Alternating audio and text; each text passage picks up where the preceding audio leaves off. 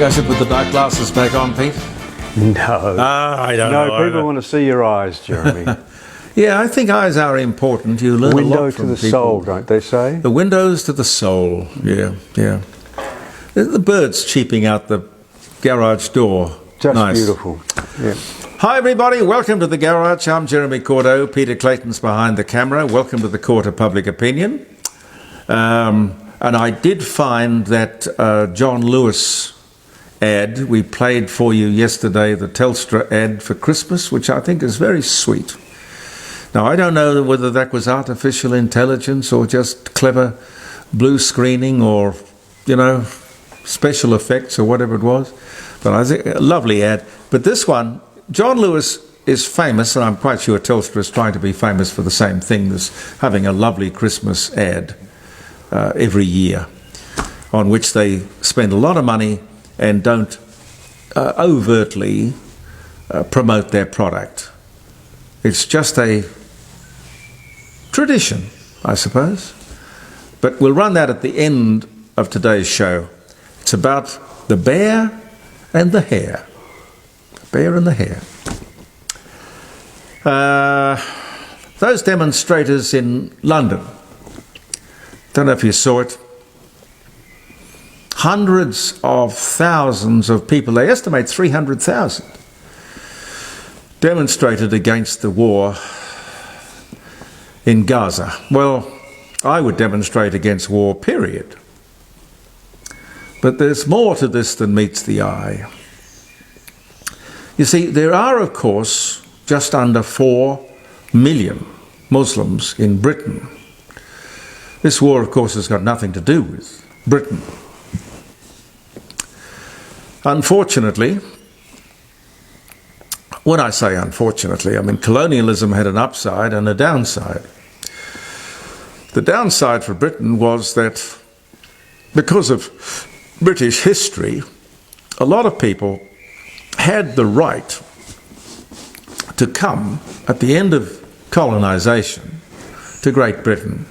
They had the right to come, and nobody had the thought at the time to say, listen, please, you're welcome, you're British, welcome, but leave the baggage behind.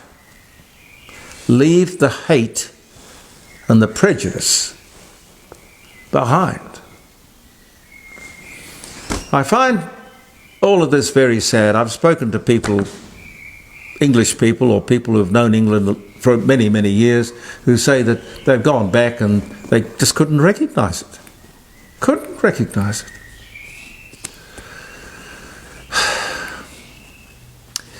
If you care to investigate, and I do a lot of digging, it's not that I'm bored or anything, it's just that I do a lot of digging. If you investigate, there are only 16.1 million Jews in the world. 16.1 million Jews, or 0.2% of the 8 billion population on the planet.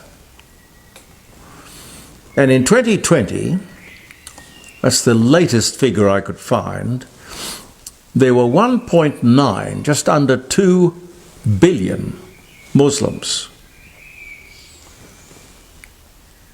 There is only one tiny Jewish state, Israel. There are hundreds and hundreds of Islamic countries, most quite wealthy. Quite wealthy. Why not just leave Israel alone? Nearly 2 billion against 16 million? Is there a bigger example of bullying? I can't think of one. These people say quite loudly, oh, some duck and weave and don't quite want to say it, but these people really feel that Israel should not exist. Shouldn't exist. Islam says, or it seems to have, the problem, even with the existence of Israel. Why? Why? Here's an idea.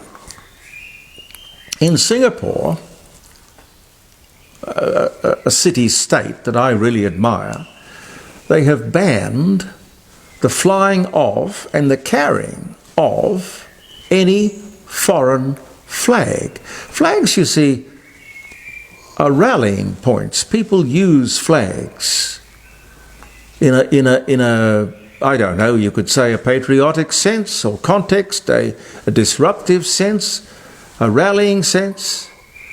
I think that's a clever idea. Ban the flying of everything but the national flag.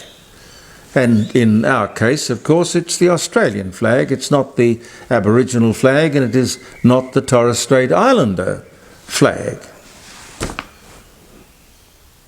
I think that could be a great idea. Yeah. Anyway, something else I saw, which I thought was worthwhile bringing up. Lobbyists are not governed by law. I didn't know that. There is something like a code of conduct, code of practice. Now, this is wrong. This is really wrong. Lobbying goes on all over the world, but it is regulated. It is controlled.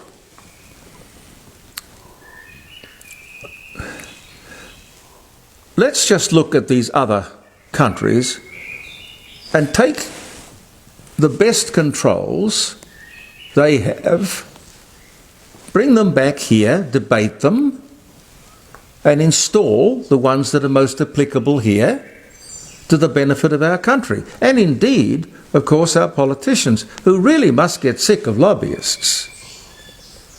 Labor, by the way, vowed to ban lobbyists.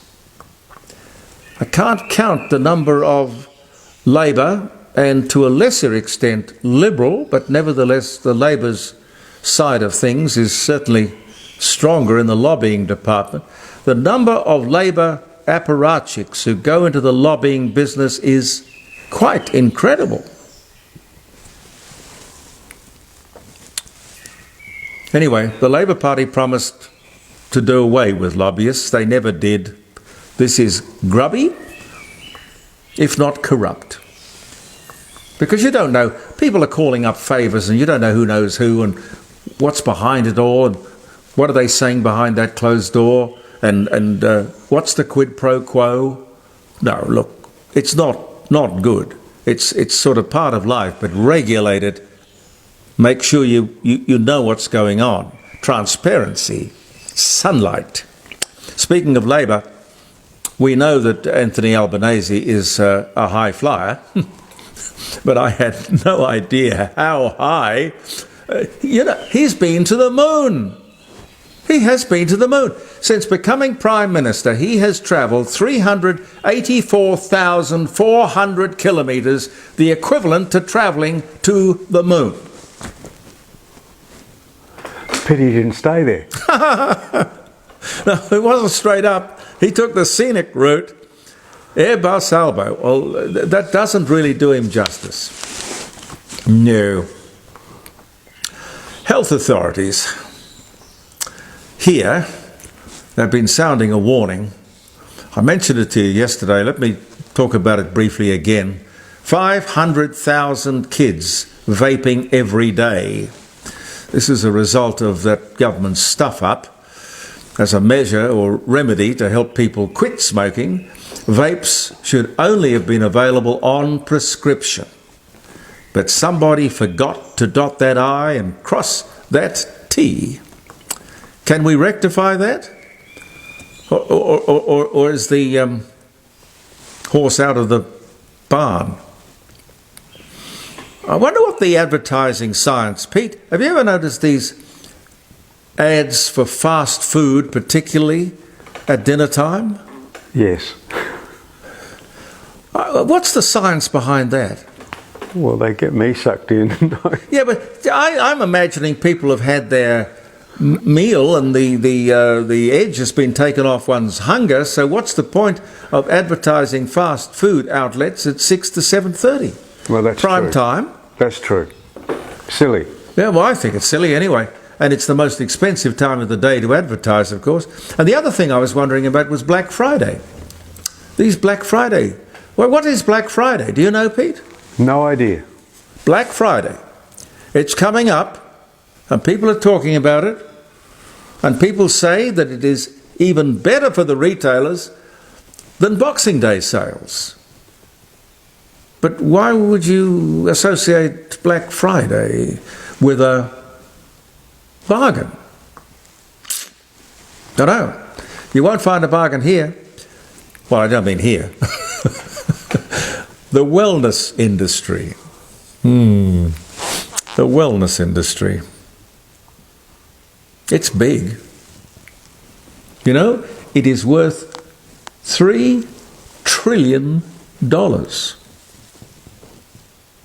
I want to talk to you maybe on Friday, tomorrow, when we're talking at the dining room table. But we will talk about it in the court of public opinion along the way, about charities and not-for-profits, which, like the wellness industry, is big business. Charities are $200 billion a year. And my gripe with them is that no one seems to take the slightest interest in where the money goes. It's a little bit like the Aboriginal industry, where $40 billion goes somewhere. We, the taxpayers, give it, but we don't see the benefit of it. And nobody seems to want to go looking. But the charities and not-for-profit area needs a very simple law,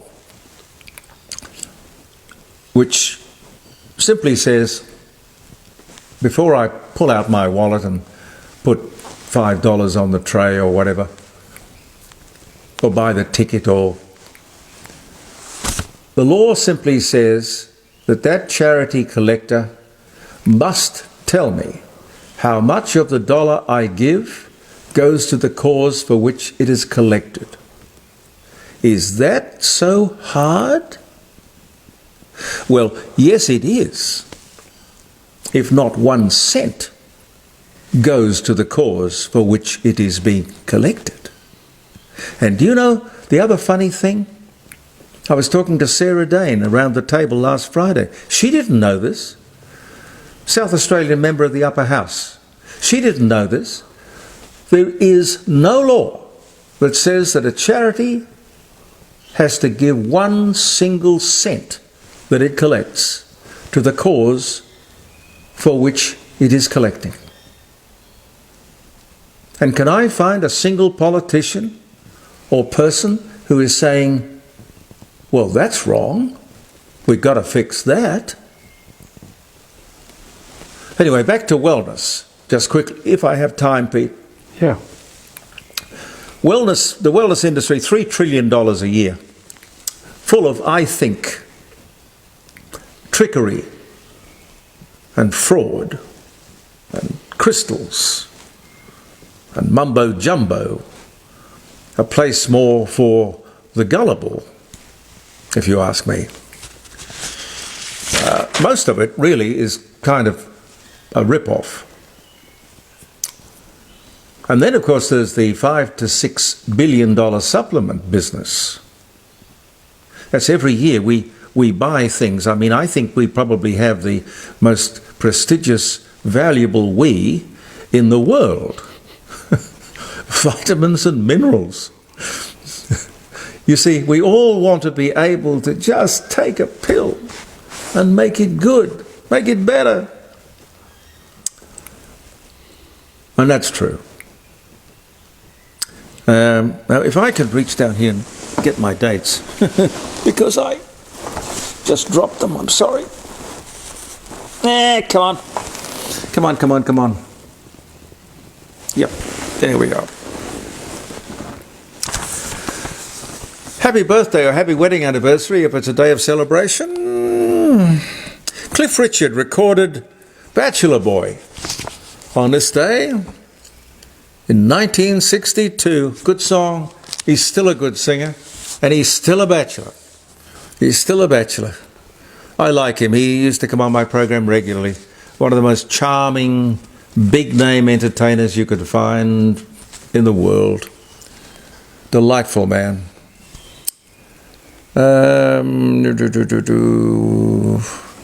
See if I can find something else interesting. On this day in 1985, stump jumpers, which is a new breed of Australian. The stump jumpers. Didn't we have a plough? Yeah, stump jump plough. Yeah. Well, was that terribly revolutionary or something? Well, it was an Australian invention. It was an Australian invention. I guess. So when the farmer came across the stump, he didn't have to worry about going round it, he just went over it. I assume, yeah.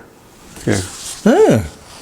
Anyway, the book was called Stump Jumpers, a book by Neil Lawrence and Steve Bunk on prominent Australians, published by Hale and Ironmonger, recommended retail price of $19.95. I wonder if I have it.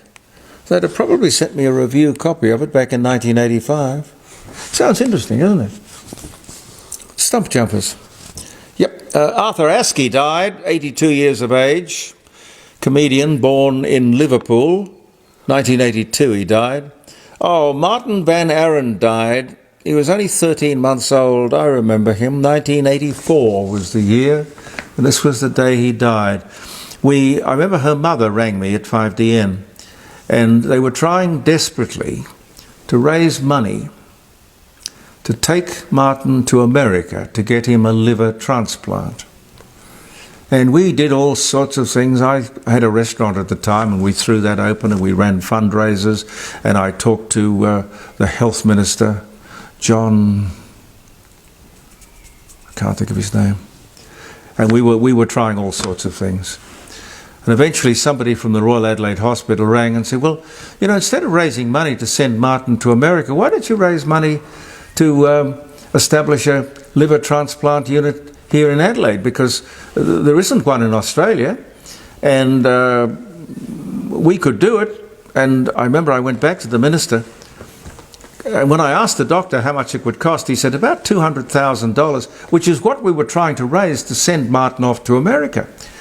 Anyway, the minister said, oh no, it would cost a lot more than $200,000, but I'll inquire. He did, found out that the doctor was right, and we set about starting a liver transplant unit at the Royal Adelaide Hospital. Unfortunately, Martin died before we could get it going, and then Brisbane announced that it was going to have a liver transplant unit, and there wasn't room in Australia for two. So we went on to create the Child Health Research Unit with the money that had been collected for Martin. And I tell you without hesitation that every cent of every dollar that was collected went to that cause.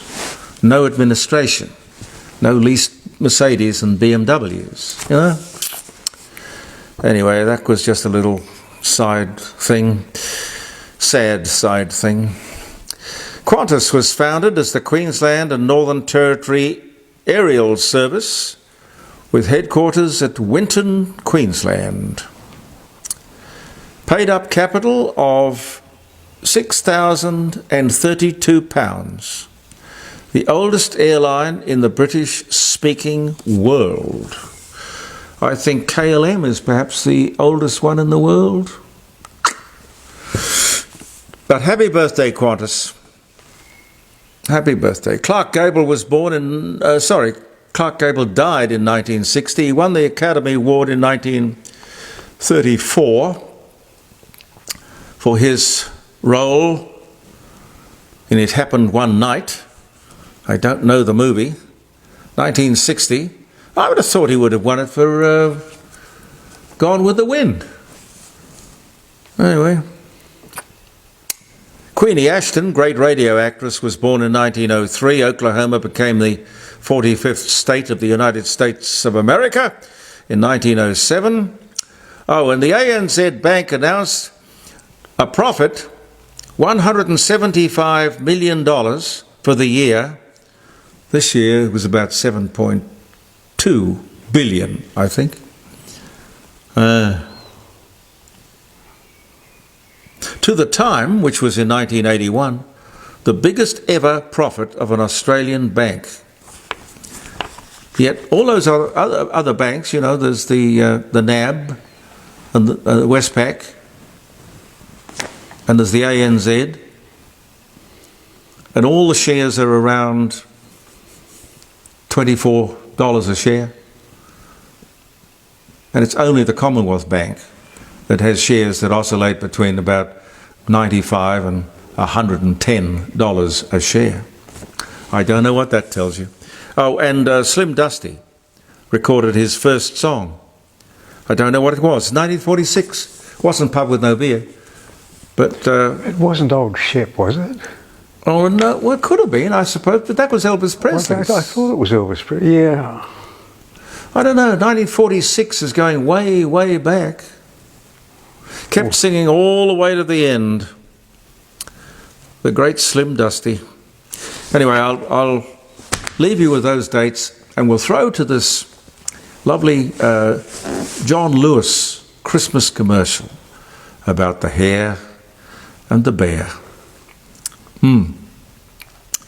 Thank you for viewing the Court of Public Opinion, ladies and gentlemen. I'm Jeremy Cordeaux, Peter Clayton behind the camera, and we'll be with you tomorrow from...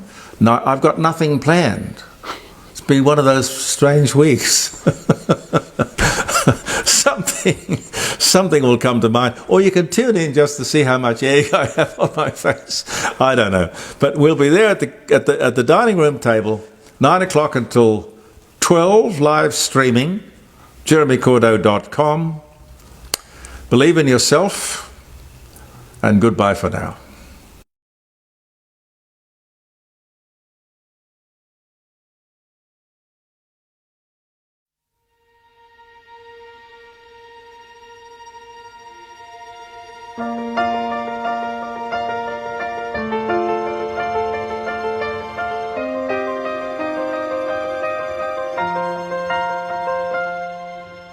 I walked across an empty land. I knew the pathway like the back of my hand. I felt the earth beneath my feet, sat by the river and it made me complete. Oh, simple thing, where have you gone? I'm getting tired and I need someone to rely on. I came across a fallen tree. I felt the branches of it looking at me. Is this the place we used to love? Is this the place that I've been dreaming of? Oh, simple thing, where have you gone? I'm getting old and I need something to rely on. And if you have a minute, why don't we go talk about it somewhere only we know? This could be the end of everything, so why don't we go somewhere